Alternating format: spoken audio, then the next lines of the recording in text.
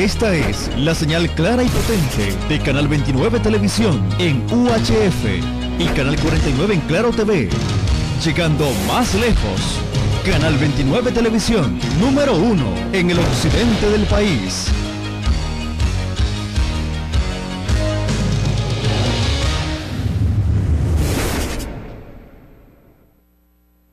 Problemas en la mujer, problemas en los hombres, situaciones de parejas, relaciones personales, problemas sociales y más.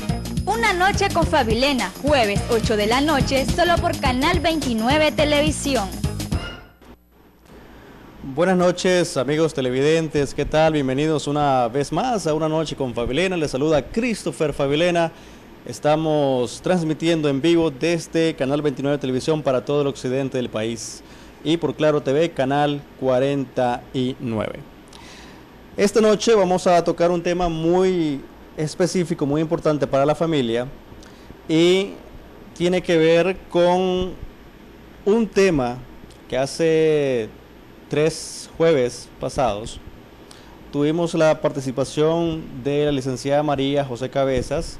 Hablamos sobre la pensión alimenticia, entre otras cosas. Yo sé que fue muy importante y muy provechoso este tema. Y es por ello que esta vez traemos a un juez de familia para que nos explique a ciencia cierta o más detalladamente cómo se llevan este tipo de casos hasta la oficina del juez por parte de Defensoría Pública o el Ministerio Público también en otra área. Y el juez resuelve el caso. Entonces el procedimiento vamos a analizarlo esta noche, que ustedes nos puedan acompañar sería muy grato, y pendientes porque vamos a abrir nuestra línea telefónica para que si usted tiene algo que decirnos, una pregunta, pues esta noche es su noche, porque tenemos la participación del doctor Barberena Ramírez, juez de Distrito de Familia, y nuevamente la licenciada María José Cabezas, Defensoría Pública Familia de Chinandega. Bienvenidos, muy buenas noches, doctor, licenciada. Vamos a hablar un poco, vamos a iniciar con el doctor, porque ya la población conoce un poco acerca del trabajo de la Defensoría Pública, pero vamos a conversar previamente con el doctor José Ramón, que nos hable de los casos como juez usted que lleva. ¿Cuáles son los casos de su jurisdicción o los más notables que tengan que ver con la familia? Buenas noches, licenciada Elena. En primer lugar, quiero agradecerle la oportunidad que me da de poder compartir con la población chinandegana algunas cuestiones de los conflictos familiares. Me gustaría hacer una introducción de cómo fue la creación de este juzgado de familia en el departamento de Chinandega. Nace a partir de que la Corte Suprema de Justicia decide crear la jurisdicción especializada de familia y para ello se elabora un proyecto piloto donde en Nicaragua se iban a implementar y a poner en práctica los primeros 4 juzgados de familia. Por suerte, Chinandega le correspondió el número 4, porque los 2 primeros juzgados de familia eran para la capital, Managua, el tercero para Matagalpa y el 4º para Chinandega, que en este caso pues yo salí electo en el concurso de oposición por haber sido el 4º lugar en el concurso. Nosotros tuvimos la oportunidad de ser el primer juzgado de familia de Nicaragua, independientemente a que el juzgado de familia haya quedado jerárquicamente en el número 4, fue el primer juzgado de familia que abrió las puertas en Nicaragua el día 25 de marzo del año 2009. Pero bueno, pareciera como que si esto es como una escena de cine, ella fue mi secretaria de actuaciones, fuimos las 2 primeras personas que abrimos el juzgado de familia ese 25 de marzo aquí en Chinandega. 3 años de funcionar. 3 años y 1 mes de funcionamiento, y que hasta la fecha nosotros hemos conocido aproximadamente 2.500 causas. 2.500 causas de diferente calibre, entre las que sobresalen los juicios de divorcio y alimentos que son el 60% de las demandas que nosotros recibimos. De estas 2.500 causas aproximadas, se ha logrado resolver aproximadamente 1.800. Entre ellas podemos destacar que se han dictado ya más de 1.000 sentencias en materia de familia, aproximadamente 500 causas se han resuelto y se han ejecutado aproximadamente unas 300 sentencias de las que han sido dictadas por el juzgado. Usted me decía que mencionara las principales demandas, las cuales se conocen allá. Ya le mencioné los alimentos y los divorcios como las que van en la cima, pero eso no quiere decir que son los únicos conflictos familiares que se conozcan. Además de estos conflictos, tenemos los conflictos por la custodia de menores, que no son una cantidad baja, son bastantes, donde padres piden la custodia de los hijos, madres piden custodia de los hijos, inclusive abuelas pelean la custodia de nietos porque creen que sus hijos no son los más idóneos. Hay un juicio que se está volviendo bastante solicitado, y es el de las investigaciones de las paternidades. ¿Qué pasa? El artículo 78 de la Constitución Política da la posibilidad y el derecho a que se investigue la paternidad y la maternidad. No solo la paternidad, sino que también la maternidad. Entonces, en el ejercicio de este derecho, aquellas madres que los padres no le han querido reconocer los hijos por diferentes factores, que son varios, tienen la oportunidad de llegar allá al juzgado y tramitar su demanda, y nosotros darle el tratamiento procesal que corresponde, y al final concluir con que es o no es el padre. Se encuentra otro tipo de demanda, que son las impugnaciones. Hablé de la investigación, que es ir a ver quién es el padre. La impugnación: ya no quiero que seas mi padre. Estos tipos de juicios también son frecuentemente conocidos. La pérdida de la autoridad de padre también es otro tipo de juicios que nosotros allá manejamos.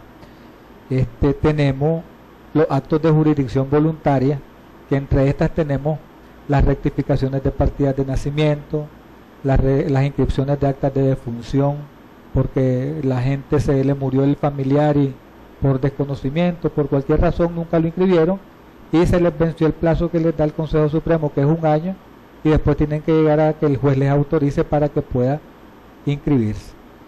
Y está el asunto de las adopciones, pues que las vemos en combinación con el Ministerio de la Familia, y hay otro tipo de acciones, pero las más frecuentes son las que le he mencionado.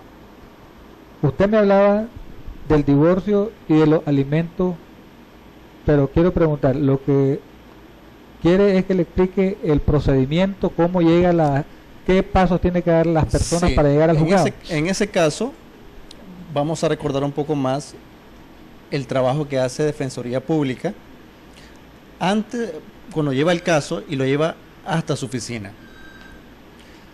Licenciada, cuando una madre, vamos a hablar específicamente, vamos a iniciar con la pensión alimenticia, para que recordemos más o menos el procedimiento. Viene una madre, se aboca con usted y dice: yo quiero demandar al padre de mi hijo o de mi hija, o de mis hijos o de mis hijas, porque no está pasándole pensión, plata para poner la comida, el estudio, qué sé yo. ¿Cuál es el procedimiento, licenciada? Bueno, ya lo habíamos abordado con temas estresados, ¿verdad? La Defensoría Pública de Familia atiende todos esos juicios a los que el doctor Barberena ya hizo mención: la pensión de alimentos, los divorcios, investigación, impugnación, pérdida, guarda, rectificación de partidas de nacimiento, reposición de acta de defunción. Todos esos juicios que se tramitan en el juzgado de familia, Defensoría Pública presta los servicios. Se supone que la misión de Defensoría Pública es brindar una asistencia legal gratuita a personas de escasos recursos. Entonces, ¿cuál es la ruta de acceso de estas personas de escasos recursos para llegar al juzgado de familia? Es Defensoría Pública de Familia. Tienen 2 opciones, claro, ahí de manera privada, y en el caso de nosotros son las personas de escasos recursos. En la Defensoría Pública estamos 3 personas atendiendo, 3 defensoras públicas, y en el caso de la pensión de alimentos, cuando nosotros siempre hacemos una entrevista, ¿verdad?, con la usuaria, el único requisito que necesitan es su partida de nacimiento. En casi todo es su partida de nacimiento y en el caso de los divorcios, el acta de matrimonio y la partida de nacimiento de los menores. Como primera diligencia prejudicial, solicitamos un oficio al INSS en el caso de las personas que están cotizando, y en el caso de la pensión y de los divorcios, por ejemplo, ¿verdad? Y si no, pues se pide, una vez que se le da una cita al usuario, y con posterioridad se le da una cita, y si está cotizando, ¿verdad?, se hace esa solicitud al INSS, y posteriormente se le da una cita para elaborarle su demanda, y que esta persona, esta mujer, ¿verdad?, o esta abuela, como decía el doctor, interponga su demanda en el juzgado de familia. O sea, esa es la ruta de acceso, ¿no? Como llegar a la Defensoría Pública de Familia y luego interpone la demanda en el juzgado de familia. En este tipo de casos, doctor, nos vemos con muchos peros, por llamarle así. Viene la madre y dice, voy a llevarlo ante un juez, al padre de mi hijo, a mis hijos. Pero el supuesto padre dice, no sé si mi hijo. Yo sí tuve algo con esta señora, con esta señorita, o qué sé yo, esta mujer, pero no estoy seguro que sea mi hijo. ¿Qué procedimientos ustedes utilizan para que, antes, lógicamente, de que se dé lugar a la demanda que hace la mamá? ¿Cómo verifican que es el papá legítimo, por llamarle así? Mire, quiero hacer para entrar a este tema, una aclaración. La ley de alimentos, que es el instrumento legal en el que se basa el juzgado para hacer valer los alimentos, el derecho de alimento, da dos posibilidades. Uno, que se demande por alimento con un hijo que ya ha sido reconocido por el padre. Y hay un artículo especial de la ley, que es el artículo 18, que establece de que se puede demandar a un padre que no ha reconocido al hijo. Lo que la ley dice es que esta madre, que dice que fulano es el padre de su hijo, o el presunto padre, tiene que demostrar una de 5 circunstancias: o de que ese presunto padre hacía vida marital con esta señora en el momento de concepción del hijo, o que este hijo ha usado constantemente el apellido del presunto padre y el presunto padre no reclama, que los familiares de este presunto hijo lo traten como pariente y que este presunto padre no reclame, y da la posibilidad también que se hagan la prueba inmunológica o serológica, dice la ley, que es una prueba de sangre en la cual se establece una presunta paternidad. No declara paternidad, sino que se presume que fulano de tal pudiera ser el padre de ese hijo, que se diferencia con la prueba de ADN. La prueba de ADN lo que da es una prueba exacta. Dice 99.99% de posibilidades de que sea el padre. Y la prueba de serología no. La prueba de serología dice no se excluye de la paternidad. No se excluye, no dice es el padre, como en el otro caso. Entonces, en este sentido, ambas demandas de alimentos pueden conocerse. En el caso de los hijos no reconocidos, aquí primero uno tiene que hacer lo que se le conoce como el incidente de previo y especial pronunciamiento, que es para determinar si ese es el presunto padre. Si la madre logra demostrar o probar uno de las 5 circunstancias que le mencioné, el juez bien puede declarar la presunta paternidad para efectos de alimento, nada más, porque la misma ley prohíbe crear filiación. Yo no puedo decir en una sentencia este es el padre cuando es de alimento. Se le declara presunto padre y se sigue con el juicio de alimento. ¿Qué ocurre? Aquí puede ocurrir que el padre se sienta en que efectivamente no es el padre, como ocurre en muchos de los casos, y ellos piden que al practicarse la prueba de ADN para salir de una duda. Entonces, ok, pague los $250 que va a dar la prueba y ahí se va a salir de la duda. O es el padre y ya los alimentos se le declaran de manera directa, o no es el padre y ya no hay ninguna responsabilidad para esta persona que fue demandada. Pero efectivamente quiero dejar claro de que la ley permite permite que se demande a alguien que no ha reconocido a su hijo y que es prohibido crear filiación, porque a veces se confunde la investigación de paternidad con la presunción. En el segundo caso, que es cuando el hijo es reconocido, aquí la cosa es más fácil y sencilla. ¿Por qué? Porque la obligación ya está manifiesta. Y le llamamos manifiesta porque yo no voy a discutir que si está obligado o no. ¿Por qué? Porque el artículo 6 de la ley de alimentos me dice clarito a quién se le debe alimento. Y me dice que en primer lugar a los hijos. Entonces, yo no le dedico 5 segundos de atención a ver si es obligado o no. Basta el reconocimiento. De ahí tiene que venir el procedimiento, que es la fase procesal, donde ambas partes tienen que presentar sus pruebas.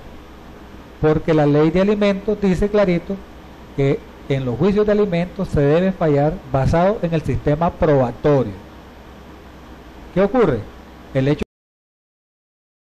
únicamente le crea la obligación, pero no quiere decir el monto. ¿Por qué? Porque para yo poder establecer el monto de una pensión alimenticia, tengo en primer lugar que estar claro de cuál es la capacidad del que los tiene que dar y cuáles son las necesidades del que los va a recibir. ¿Por qué? Porque voy a poner 2 ejemplos. Pudiera ser que a alguien se le demande por 10.000 córdobas de alimentos y si gana 5.000, ¿de dónde va a agarrar los otros 5.000? En el caso, doctor, no es lo mismo las necesidades de un recién nacido que un niño de 10 años. Las necesidades varían no solamente en cuanto a las edades de los menores, sino también en cuanto a las capacidades de los padres. ¿Por qué? Porque bien, a lo mejor, hipotéticamente usted gana 20.000 córdobas. A lo mejor, hipotéticamente, ella gana 10.000. Entonces, las condiciones de vida que usted tiene, a todas luces, desde el punto de vista económico, son mejores que las que tiene ella. Sí. Hay niños que los familiares se ven en la obligación de criarlo, a lo mejor con 1.000 córdobas al mes, porque esa es su capacidad económica. Hay unos a lo mejor que hasta con menos, pero hay otros que a lo mejor gastan 10.000 córdobas en el mes en ese menor. ¿Por qué? Porque alguien que gana 40.000 córdobas, alguien que le compra los pampers no de los de 5 córdobas, sino de los de 30 córdobas, que el niño estornuda y están donde el pediatra particular, etcétera, etcétera, etcétera, que no le gusta la aspirina de la de 3 córdobas, sino que le gusta el otro medicamento que es el supuestamente mejor y más caro.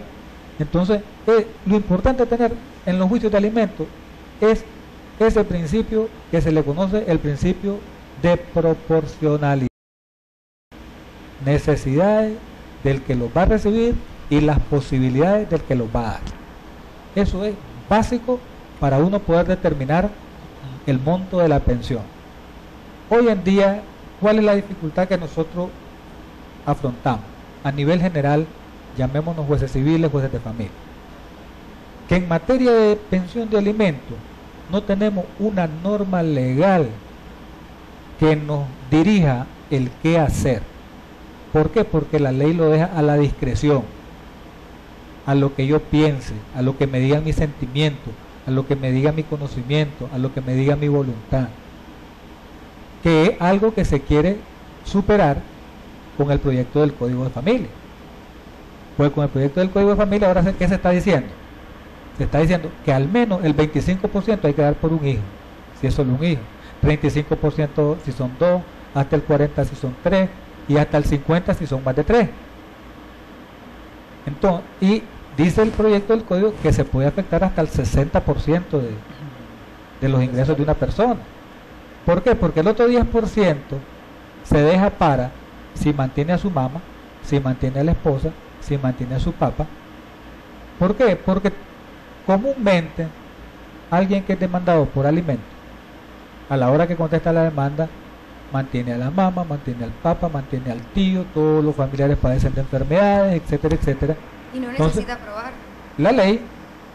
La ley ahorita no lo deja a que se pruebe, pero ahora el proyecto del código dice, sí, quiere que le tome en cuenta a los otros hijos, usted va a demostrar que los mantiene.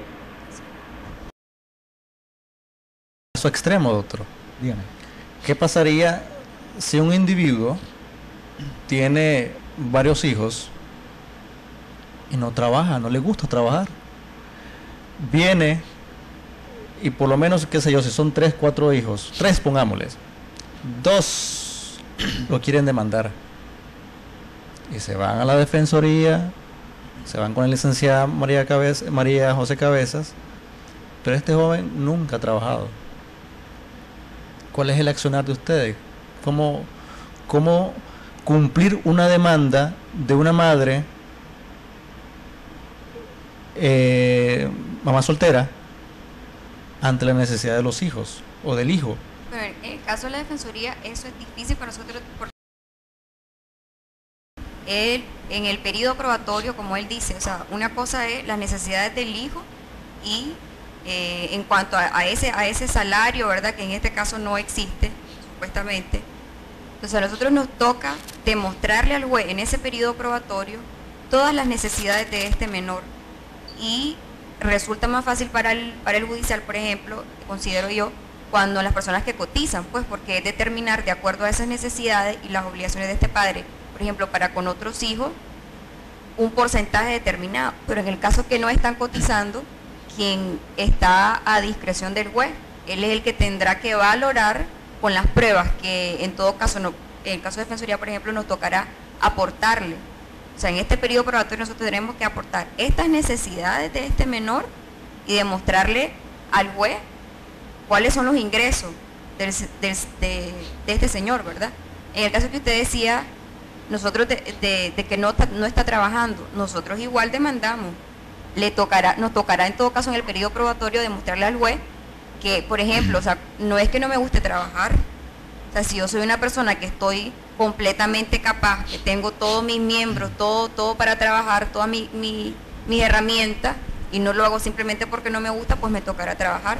O sea, yo no he visto desde que estoy trabajando, que trabajé como secretaria en el juzgado de familia y ahora que trabajo en defensoría pública, que venga una persona que está siendo demandada y que le diga al juez, por ejemplo, no tengo ingreso. No he visto, por ejemplo, nunca una sentencia que diga que no se van a quitar alimentos porque el señor no trabaja. Tendrá que buscar cómo trabajar. Pero nosotros buscamos de alguna manera darle herramientas al juez para que él pueda determinar lo que se llama la renta presuntiva. O sea, si no hay unos ingresos determinados, porque funciona también de que no solo es que no trabaja, puede ser que trabaje por su cuenta, como dicen. O por tarea. Exacto, por su cuenta. Entonces, en un mes gana más, en otro mes gana menos. Otra cosa que quería dejar un poco claro es que en el sentido que si, por ejemplo, cambian, como dice usted, no es las mismas necesidades de un niño de 8 meses a un niño de 5, 10 años. Por eso mismo la ley de alimentos permite que una vez que cambien estas necesidades de este menor, si yo lo demando porque nunca me dio ni para el embarazo, ya tiene 10 meses, yo lo voy a demandar cuando tenga 10 meses, pero de que aquel niño ya entró a la escuela son otras necesidades. Entonces puede hacerse una nueva demanda. Eso dice la ley de alimentos. Yo puedo reformar porque las necesidades de mi hijo cambiaron, ya son mayores. De igual forma, si yo me doy cuenta que el padre de mi hijo tiene unos ingresos mayores, o sea, no solo voy a reformarlo por el hecho de que las necesidades de mis hijos aumentaron, sino también por el hecho de que este señor ya tiene un mejor trabajo, tiene mayores ingresos y entonces puede aportar más para los alimentos de su hijo. Entonces eso dice la ley de alimentos, que también se puede reformar esta pensión de alimentos que ya está decretada por medio de una sentencia o un trámite de mediación. Consulta, doctor. Digamos que un padre, usted le dice, tu obligación mensual va a ser 1.000 córdobas, ejemplo, en efectivo. Pero este padre viene y se enfermó el niño y él lo llevó al médico y le costó 300 la consulta. Que le compró ropa, 300 córdobas más. Él viene y solo aporta 400 porque se lo dio, llamémosle así, en especie, ¿no? En producto, en consulta. ¿Eso es válido? ¿O él nada tiene que ver el darle ropa, el darle un juguete, darle salud con lo que usted le dice o lo obliga, hablando de efectivo? Mire, para responder esa pregunta tengo que iniciar los tipos de alimentos. Existen dos tipos de alimentos. Los alimentos voluntarios, que son los que yo doy sin necesidad que me demanden. Son los que yo digo a mis hijos, yo paso comprando 1 litro de sorbete y yo no pido factura y ni digo que es para mi hijo. Yo le miro un par de zapatos que le gustan y tengo para comprar, los compro y no pido la factura que los estoy dando. Esos son los alimentos voluntarios. Y están los alimentos legales, que son los que ya se imponen por la autoridad, sea administrativa o sea la autoridad judicial. ¿Ah? Entonces, ¿cuáles son los que decreta un juez? Los legales. Son los que ya no nacen de la voluntad del obligado, sino ya es la aplicación de los criterios que da la ley para poder establecer un monto en la pensión. O sea, usted mencionaba hace poco el que no trabaja, qué pasa con el que no trabaja o con el que no quiere trabajar. Una cosa es el desempleado, el que se anda esforzando por buscar trabajo y no haya. Y otra cosa es el que no lo quiere hacer. Sucede, fíjese, mucho en los hijos entre menores de edad. Es que mi mamá es la que me ayuda. Es que mi mamá es lo que lo va a hacer. Es que mi mamá es lo que... O sea, la obligación se transmite a alguien que no es el primer obligado. Se quiere recargar en los abuelos la carga que le corresponde a un muchacho que no midió las consecuencias de un acto. Entonces ahí es donde uno se las tiene que manejar para poder establecer el monto de la pensión. La ley de alimentos de una herramienta, que es el artículo 4 de la ley, que dice criterios para fijar la pensión de alimentos. Si no trabaja, dice la ley que hay que hacerle una renta presuntiva de sus bienes para determinar qué es lo que tiene y qué es lo que no tiene. Se supone que si yo ando un celular de $300 y no hay para vender, no hay para comer en mi casa, lo primero que voy, o lo voy a empeñar o lo voy a vender, pero tengo que buscar una salida. Si yo ando una cadena que vale X cantidad de dinero y en mi casa no hay comida, lo lógico es que me desprenda de mis bienes para efectos de poder cumplir. Y el otro extremo es no querer dar. No es que yo no trabajo, estoy sin pegue. Esa es una palabra clave. Entonces ahí es donde uno dice, bueno, vamos a establecerte tu renta presuntiva, a ver qué es lo que vos tenés y qué es lo que puedes dar. Por ejemplo, usted aquí tiene que pagar luz, hay un recibo. Si usted no paga la luz, ¿qué le ocurre? Se la corta. Y una cosa es que si usted tiene cable, tiene que pagar servicio de cable. Teléfono. Si usted tiene teléfono convencional, Agua. tiene que pagar el agua, el internet. Entonces, yo voy a dejar de darles de comer a mis hijos por estar chateando por internet. La lógica es que me vaya desprendiendo de las cosas, de esos servicios que a lo mejor no son lo primordial, que es darle alimento a mis hijos. Entonces, en ese sentido, lo que uno tiene que buscar es cómo armonizar la ley con lo real para poder establecer un monto. Pero eso sí que hay que tenerlo claro, que la obligación de alimento está por cualquier otra. Entre andar descalzo o calzado y mis hijos coman, tengo que hacer de criterio que descalzo y que mis hijos coman. Porque si no le doy de comer a un hijo, ¿qué pasa? El que lo despidieron en el momento de la liquidación pensó en cuánto le iba a dar a su hijo la liquidación, y si le dieron 7 meses de liquidación y pasó 5 meses buscando trabajo y después llega que no dio los 5 meses por desempleo, que hizo la liquidación. O sea, son muchos factores que se conjugan para uno poder llegar a conclusión. Y la verdad es que cada caso es un caso particular y que uno tiene que buscar como darle respuesta, que es lo que nos impone la ley. Usted me decía al principio, doctor, que los casos más relevantes son la pensión alimenticia y los divorcios. Vámonos solo a la pensión alimenticia. Si son varios casos, ¿cuánto es el tiempo? O sea, para resolver estos casos, ¿cuánto se llevan ustedes? Porque estoy fijándome que investigan y hay un procedimiento que lleva tiempo. Sí. Entonces, más o menos ustedes llevan un cálculo que resuelven un caso dependiendo, ¿no? Lógicamente, si ya el padre dijo o le dio el apellido versus los casos que los padres no le han dado el apellido al hijo, un tiempo más o menos que ustedes consideren que se puede resolver un caso de pensión de alimentos. Pensión alimenticia. Hablar de un término generalizado como que es un poco difícil, pero podemos promediarlo en unos 3 meses.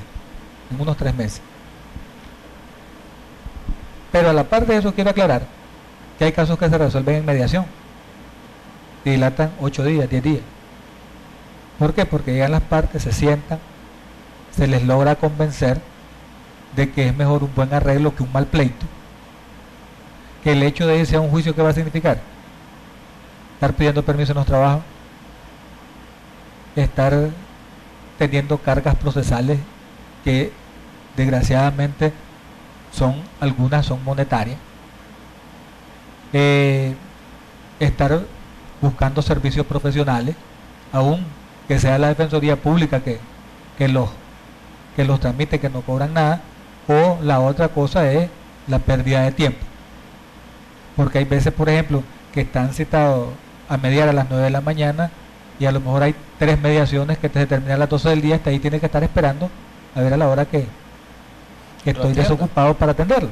Entonces, en ese sentido, ¿verdad?, a la gente lo que se le procura hacer es esa conciencia de que, bueno, si quieren llegar a acuerdos, que lleguen y están en toda su plena voluntad, que es lo que le llamamos el trámite de mediación.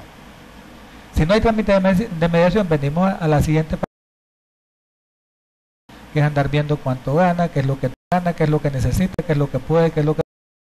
Y que a veces, aquí, claro, pues, y tampoco tenemos esta imagen de que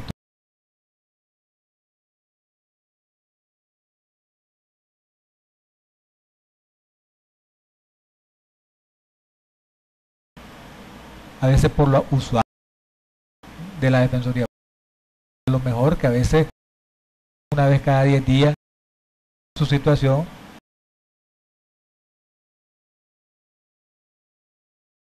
desde el punto de vista procesal, que inciden. Tener claro que los juicios de alimentos llevan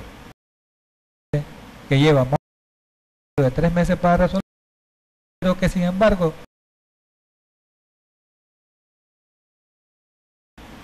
al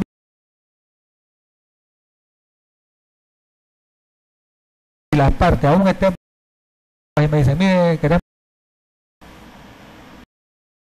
vengan, entren,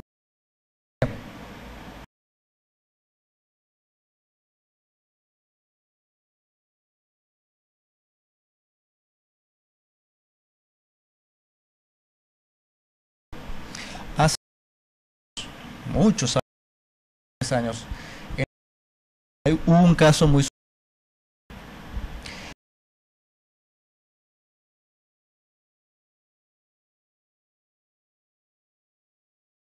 violó a su